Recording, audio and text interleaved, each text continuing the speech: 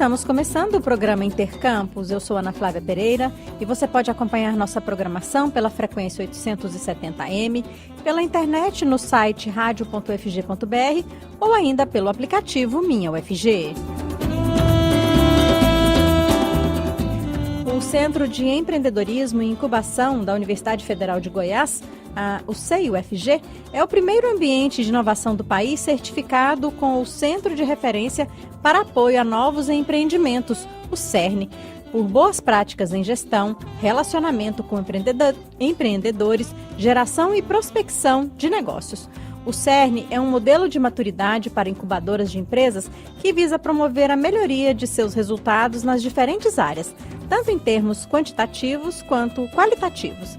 A certificação é conferida pela Associação Nacional das Entidades de Apoio a Empreendimentos Inovadores, a AMPROTEC, e pelo Serviço Brasileiro de Apoio às Micro e Pequenas Empresas, o SEBRAE.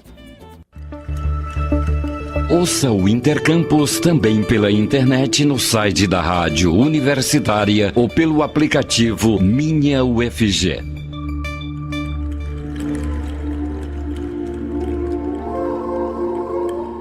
E hoje é quinta-feira, dia da nossa parceria com o Instituto Federal de Goiás, o IFG. E nessa semana de muitas movimentações aí, de protesto em torno do corte de 30% nos recursos financeiros de universidades e institutos federais de todo o país, a jornalista Maiara Jordano nos conta como essa notícia chegou ao IFG. Olá, Maiara. Então, conta aí pra gente como o IFG reagiu aí ao anúncio desse corte de verbas. Olá, Ana Flávia. Bom dia aos ouvintes da Rádio Universitária. Então, Ana Flávia, o reitor do Instituto Federal de Goiás, o IFG, professor Jerônimo Rodrigues da Silva, emitiu uma nota na última segunda-feira, dia 6 de maio, esclarecendo a comunidade, a respeito do posicionamento do IFG frente ao bloqueio na ordem de 30% do orçamento da instituição, o que corresponde a aproximadamente 16 milhões de reais. Corte no orçamento, que foi anunciado na última semana pelo Ministério da Educação. Na nota, que está disponível para a comunidade acadêmica no site do IFG, o reitor considera que os efeitos dessa medida de corte no orçamento da instituição ocasionaria uma paralisação das atividades institucionais de toda a ordem, bem como afetaria diretamente a qualidade do ensino, da pesquisa, da extensão e a permanência e o êxito dos estudantes do IFG.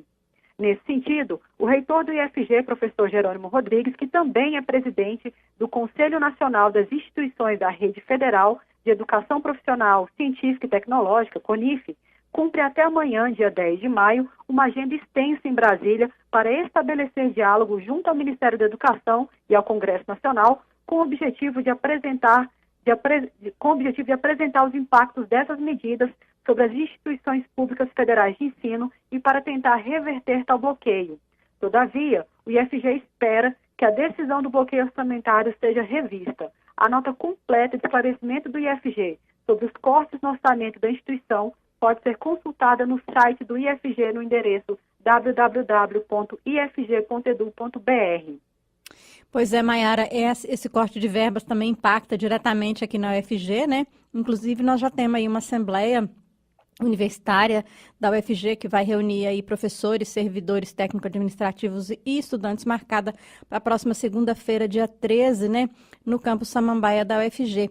Mas as instituições não podem parar, Maiara? Você tem informação para a gente aí de eventos do IFG para essa semana? Sim, Ana Flávia, realmente as instituições não podem parar e sobre eventos aqui no Instituto Federal de Goiás estão abertas até o dia 17 de maio as inscrições para participação no primeiro Seminário Nacional Ética e Política Emancipatória, o Brasil do século XXI. O evento é uma iniciativa do Núcleo de Estudos e Pesquisas Avançadas, Ética e Política Emancipatória do Instituto Federal de Goiás, e será realizado entre os dias 27 e 30 de maio no campus Goiânia do IFG. O seminário visa aprofundar o debate, diálogos e discussões científicas a respeito de ética e política. A programação do evento prevê a realização de minicursos, conferências com palestrantes convidados, debates e sessões de comunicações. Os interessados em participar do seminário podem se inscrever gratuitamente na página do evento pelo site do Campus Goiânia do IFG no endereço www.ifg.edu.br/Goiânia. E também tem processo seletivo aberto aí no IFG, não é, Maiara?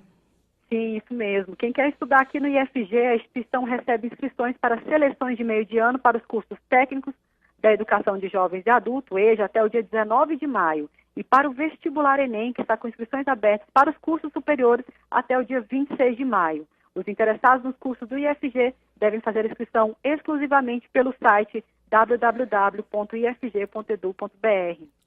E no IFG também tem cultura, né, Maiara? Conta pra gente aí qual que é a dica cultural de hoje. Sim, a gente sempre tem uma dica cultural toda semana, né? E amanhã, dia 19 de maio, o Teatro do Campus Goiânia do IFG tem um show com a banda Erotori, que vai lançar o seu primeiro álbum, O Amor, a Paz e o Pão. O show, né, vai ser às 20 horas e a entrada é gratuita. Canções como Pipoca Doce, Alvorada de Maria, Flor do Maracujá, Anseios, entre outras músicas, estarão no repertório. Formada em Pirinópolis em 2012, a banda faz uma mescla de influências sonoras como sertanejo, rock, bumba meu boi, shot, maracatu e baião. Então amanhã tem show de lançamento do álbum O Amor, a Paz e o Pão, da banda Erotori, às 20 horas, no Teatro do IFG Campus Goiânia, que fica aqui na Rua 75, número 46 Centro, ao lado do Parque Mutirama. A entrada no show é gratuita. Isso é tudo, mais notícias sobre o IFG também estão disponíveis no site da instituição e nas redes sociais do IFG. Muito obrigada, Ana Flávia, até a próxima quinta-feira com mais informações do Instituto Federal de Goiás. Tá certo, Maiara, muito obrigada e até semana que vem, então. Até semana que vem. O Intercampus faz um pequeno intervalo e volta já. O Intercampus volta já.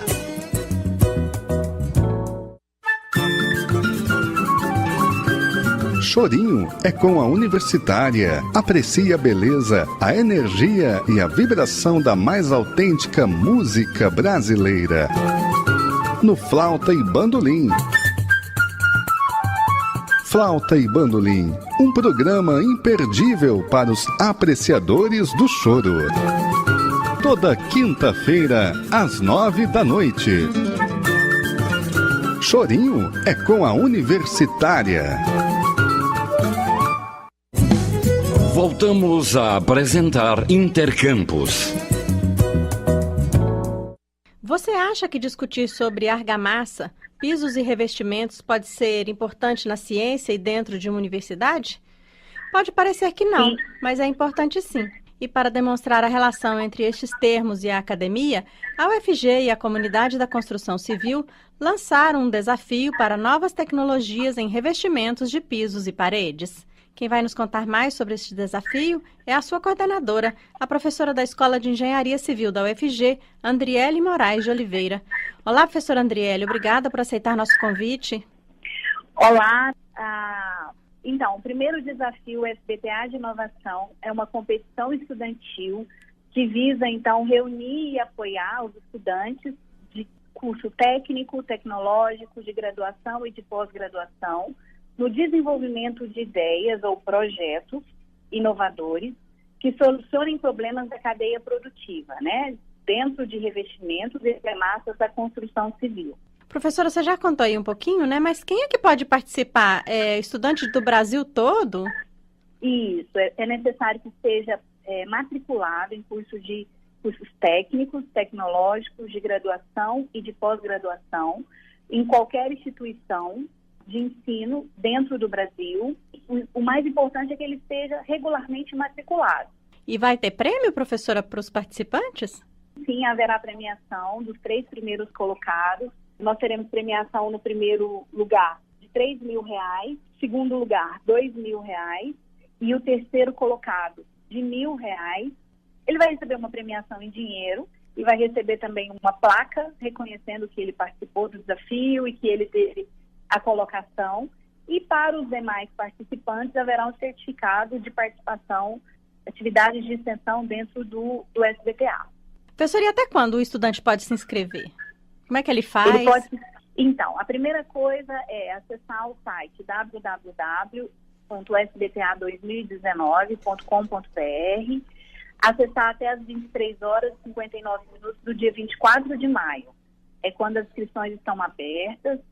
Esse estudante vai preencher um formulário eletrônico, né? Ele vai colocar os dados da sua instituição, vai enviar também os comprovantes de matrícula para comprovar que ele é um estudante, em que nível ele está e de qual instituição ele é, e vai mandar um vídeo pequeno, curto, de até 2 minutos, falando sobre qual é a ideia ou projeto que ele considera inovador.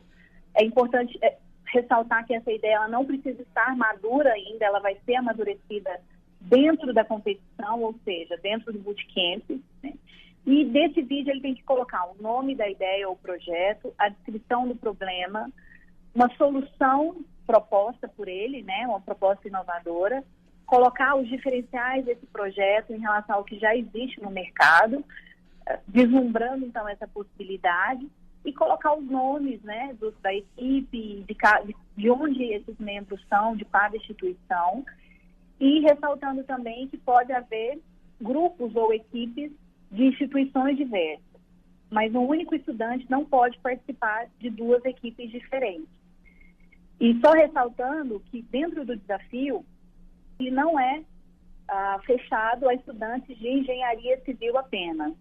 Ele é aberto a estudantes de qualquer curso que a gente mencionou, técnico, tecnológico, de graduação e de pós-graduação, e a qualquer curso. Então, é muito interessante porque há a possibilidade de interação entre várias áreas, né? Engenharia civil com mecânica, arquitetura, engenharia elétrica, eletrônica e várias outras possibilidades, desde que tenha uma ideia e ela seja inovadora. Então, é bastante interessante o desafio.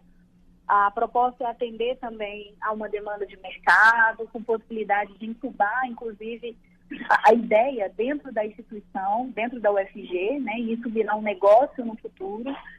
Então, sem dúvida, é bastante interessante e permite também que os estudantes tenham uma interação com o mercado, né? Professora, você disse aí, né, que a ideia, né, o projeto, ele não precisa estar acabado, né? Então, a pessoa inscreve ali a sua ideia, o seu projeto, e aí, depois, o que acontece?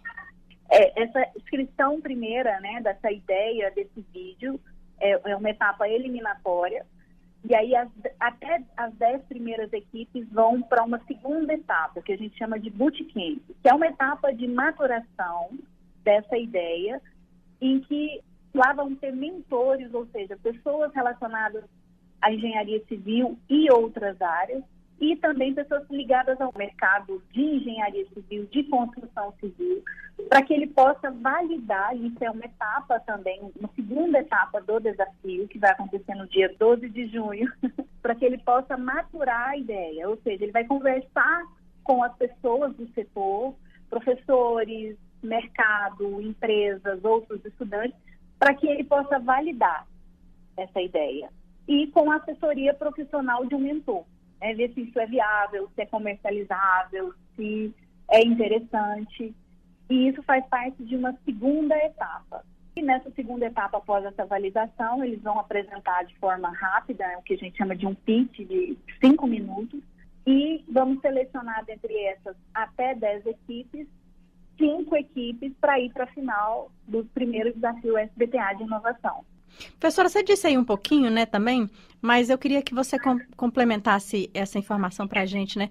Porque quando a gente fala aí, né, desses resultados, que eles vão poder ser aplicados na prática, mostra aí, né, que trabalhos desenvolvidos dentro das universidades têm um impacto na sociedade, né? Não tenha dúvidas. Um material novo e mais tecnológico, com melhor desempenho mecânico, com maior durabilidade, isso impacta diretamente na sociedade, porque minimiza, por exemplo, intervenções, custos adicionais, né, de reparo, de manutenção, isso em obras públicas, obras privadas. Então, uma grande ideia seria um material novo a ser aplicado, um software de gerenciamento das etapas construtivas voltadas para argamassas, monitoramento, equipamentos de monitoramento.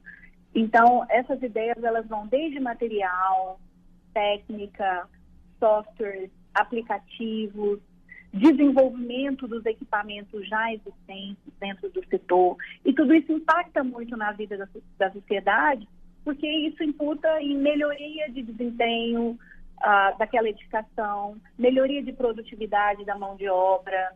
Isso impacta no tempo de construção de determinada construção, custos. Então, tem uma ligação muito direta com a sociedade, né? E essa foi a intenção do desafio mesmo. Ter uma possível aplicação direta com o mercado, né? Com o setor. Professora, quando a gente pensa em construção civil, né, vem à nossa mente aí grandes projetos. E a argamassa, aí, que é utilizada na superfície da construção, parece ser um item de pouca importância, mas não é bem assim não, né, professora? Não, não é bem assim. Bem, essas argamassas, elas compõem os sistemas, né, de vedação, e elas têm um impacto muito direto no conforto térmico, conforto acústico, na qualidade também da construção como um todo.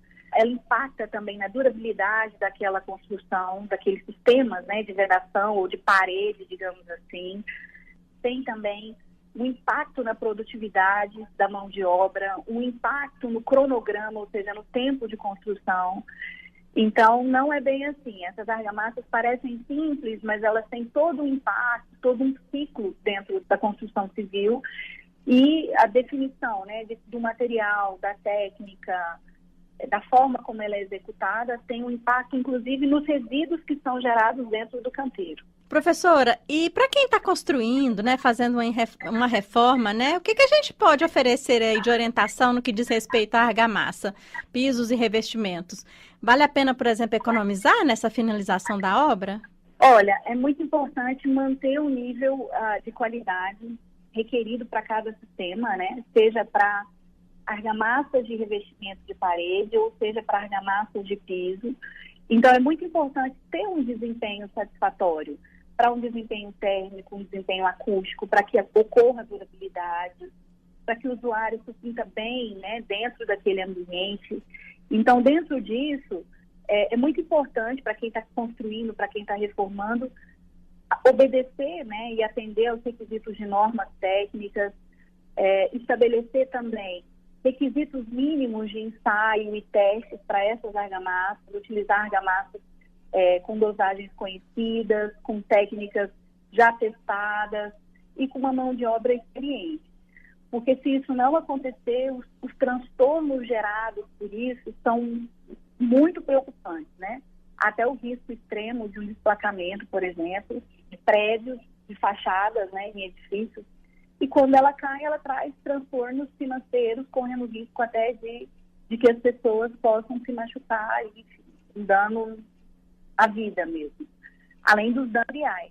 Tá certo, professora Andriele, muito obrigada por seus esclarecimentos aqui à Rádio Universitária da UFG e parabéns aí pela iniciativa do desafio. Muito obrigada, a gente agradece e aguardamos todos vocês no primeiro desafio UFCPA, que acontece de 11 a 13 de junho no Centro de Eventos da UFG. Tá certo, professora, muito obrigada. Essa foi a participação da professora da Escola de Engenharia Civil da UFG, Andriele Moraes de Oliveira. Ela que coordena o primeiro desafio, que pretende aí reunir e apoiar estudantes para o desenvolvimento de ideias e projetos inovadores que solucionem problemas da cadeia produtiva de revestimentos e argamassas da construção civil. O Intercampus volta já.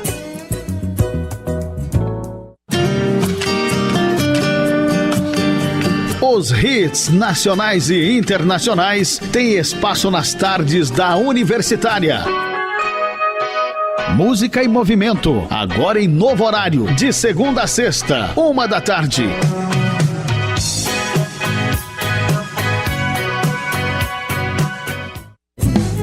Estamos apresentando Intercampus. A Coordenação de Aperfeiçoamento de Pessoal de Nível Superior, a CAPES, informou ontem que está suspensa a concessão de bolsas de mestrado e doutorado. A decisão impede que estudantes selecionados para novas pesquisas recebam bolsas que tinham verba já prevista para 2019. O valor mensal por estudante para a bolsa de mestrado é de R$ 1.500 e de R$ 2.200 para o estudante de doutorado. Para a gente entender um pouco do significado dessa suspensão das bolsas, anunciada aí pela CAPES, a gente vai conversar agora com o pró-reitor de pós-graduação da Universidade Federal de Goiás, o professor Laerte Guimarães. Olá, professor Laerte, obrigada por aceitar nosso convite. Bom dia. Bom dia. Então, professor, para a gente começar, né, e conseguir entender um pouco aí do significado dessa suspensão das bolsas aí de mestrado e doutorado, conta pra gente, professor, essa decisão pegou a universidade de surpresa ou isso já era esperado? Não, nós fomos pegos de surpresa, não houve um aviso. E o que a CAPES fez, ela recolheu todas as bolsas que estavam disponíveis, tá? No caso da UFG, foram 42 bolsas de mestrado, 16 bolsas de doutorado e 2 bolsas de pós-doutorado. Essas bolsas, é importante a gente frisar que eram bolsas que estavam disponíveis há pouco tempo no sistema, o que é normal.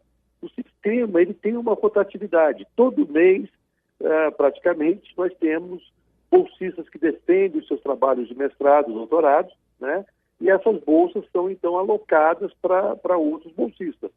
Então, assim, todo mês a CAPES ela abre o sistema de 2 a 15, né, de cada mês, por volta disso, mas sempre no dia 2 está abrindo o sistema, dia 1º, dia 2, para que a gente possa indicar novos bolsistas. Esse mês de maio, nós estávamos, na verdade, angustiados e preocupados porque o sistema não abriu.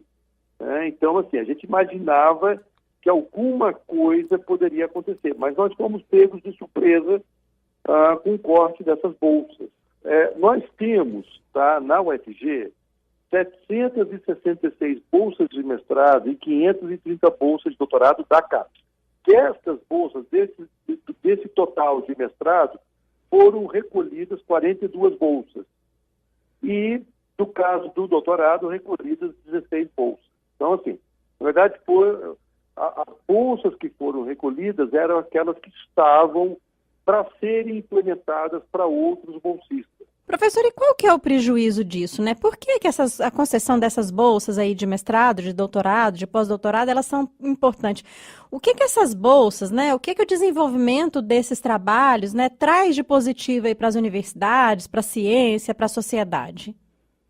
E a bolsa, seja de mestrado, seja de doutorado, ela é imprescindível para que o trabalho de mestrado, a dissertação de mestrado, o trabalho de doutorado, a tese de doutorado, possam ser desenvolvidos com qualidade. Então, a bolsa, ela é fundamental para que que o aluno, para que, no caso, o bolsista, né, o aluno de pós-graduação, ele possa se manter, ele possa custear os seus estudos enquanto está escrevendo, desenvolvendo o seu trabalho de mestrado ou doutorado.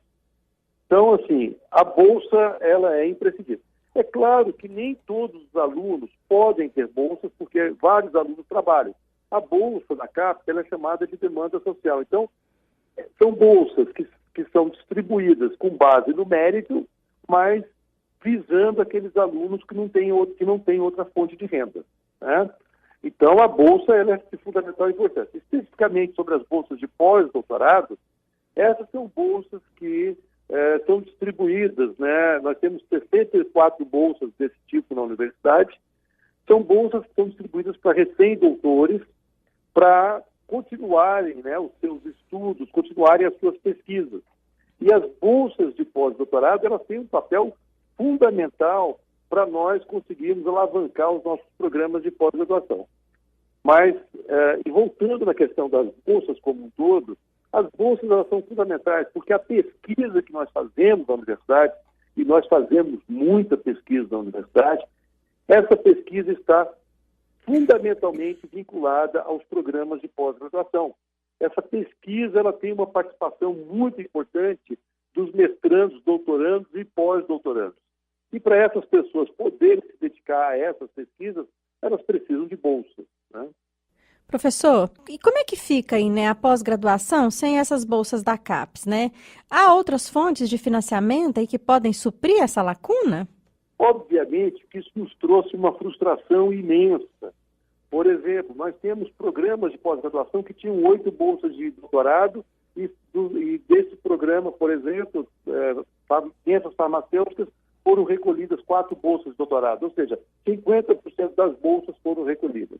E essas bolsas já estavam destinadas, já havia previsão de distribuição para alunos que tinham ingressado no curso. Então, há uma frustração muito grande que essas bolsas que foram recolhidas, elas seriam distribuídas, concedidas a alunos que estavam ingressando nos respectivos cursos de mestrado e doutorado. A gente não sabe, né? Quer dizer, a CAPES está sinalizando que os programas nota 3, que estejam a 2 avaliações com nota 3, vão perder o custeio, tá? Isso nos foi dito ontem pelo presidente da CAPES, que por acaso, né, nesse dia dessa notícia tão desalentadora para nós, ele estava aqui na UFG e ele disse que a CAPES vai emitir uma portaria muito em breve, deixando claro que o fomento ele vai ser cortado naqueles programas que continuem nota 3 ao fim desse ciclo de avaliação. Então, há uma pressão muito grande para que, de um lado, uma pressão por cortes de recursos do governo. Nós, de jeito algum, nós concordamos com as motivações por detrás desses cortes. E, por outro lado, há também uma pressão para que o sistema responda em termos de redistribuição de bolsas e assim por diante. Professor, pensando assim, né, de forma mais geral e mais em longo prazo, né? Um país aí que não investe em pesquisa, tem como se desenvolver, professor? De jeito algum, de jeito algum. Eu sempre falo, e é importante reiterar, as grandes universidades do mundo, as principais universidades do mundo são públicas. E não existe país desenvolvido sem um forte componente de ciência, tecnologia, cultura, né? As humanidades são importantes. Não existe uma grande universidade do mundo que não tenha programas de humanidades fortes, consolidados.